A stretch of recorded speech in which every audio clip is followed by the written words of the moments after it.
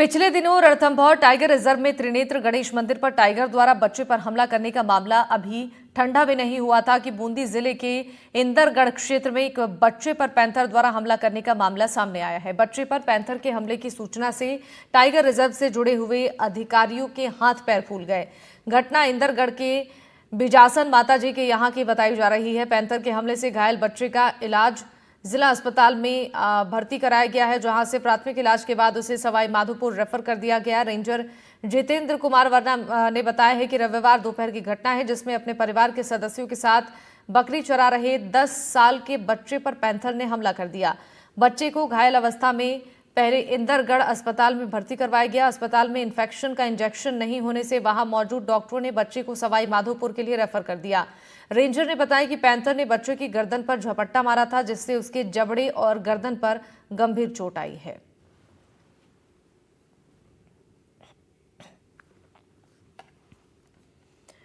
संविधान बचाओ अभियान के तहत जयपुर में कांग्रेस ने महारैली का आयोजन किया। रैली में शामिल होने के लिए कांग्रेस के राष्ट्रीय अध्यक्ष मल्लिकार्जुन खड़गे जयपुर पहुंचे।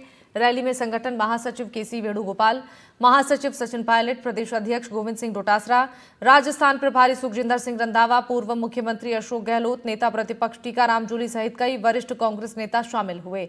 जयपुर के रामलीला मैदान में संविधान बचाओ रैली का आयोजन हुआ। सचिन पायलट ने जनसभा को संबोधित करते हुए कहा कि भाजपा के लोग नादान नहीं हैं। वो संविधान को फाड़ कर नहीं फेंक रहे, बल्कि संविधान के प्रावधानों और संवैधानिक संस्थाओं को खोखला कर रहे हैं। निर्वाचन विभाग को निष्पक्ष होना चाहिए। आतंकी हमला का जिक्र करते हुए कहा कि जो आतंकी हमला पहलगाम में हुआ वो देश पर प्रहार है, ये जाति धर्म नहीं है। पूर्व सीएम अशोक गहलोत ने जनसभा को संबोधित करते हुए कहा कि अगर देश को बचाना है तो कांग्रेस की जरूरत है। ईडी हो, इनकम टैक्स हो, सब पर दबाव है। लोकतांत्रिक संस्थाएं अगर दबाव में है तो चुनाव निष्पक्ष कैसे होगा।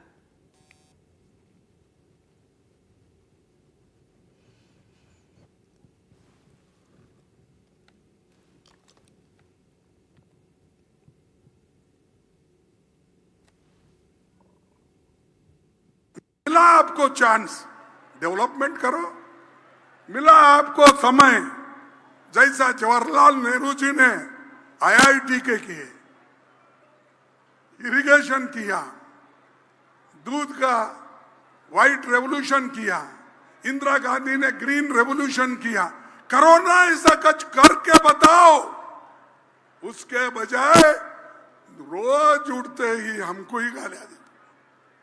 यानी इतने डरे हुए कांग्रेस से, इतने आप तो बहादुर सेना है, इसीलिए तो डरते आपको।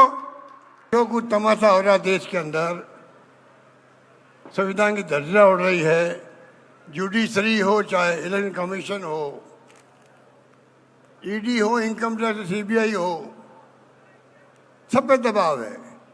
आप सोच सकते हो कि जो लोकतंत्र की संस्थाएं हैं वो दबाव में होगी, चुनाव निष्पक्ष कैसे होंगे? इलेक्शन कमीशन दबाव में होगा तो बहुत खतरनाक खेल चल रहा है देश के अंदर।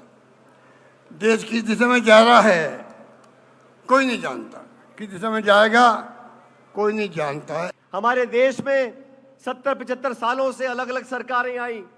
हर सरकार ने संविधान के संस्थाओं को पोषित करने का काम किया, चाहे सरकारें कांग्रेस की हो, गैर कांग्रेस की हो। लेकिन पिछले 11 सालों में संस्थाओं को खोखला करने का काम किया है। निर्वाचन आयोग, जिसको निष्पक्ष होना चाहिए और निष्पक्ष दिखना चाहिए, महाराष्ट्र में चुनाव हुए, जितने मतदाता नहीं हैं उससे ज्यादा वोट वहां पड़ गए। मुख्य निर्वाचन आयोग का चयन कैसे होता था?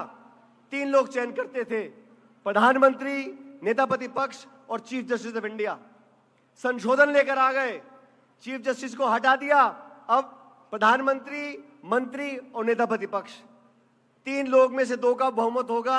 जिस मर्जी को आप निर्वाचन आयोग का अधिकारी बना सकते हो, अध्यक्ष बना सकते हो। तो संस्थाओं को जानबूझकर कमजोर करने का काम किया जा रहा है।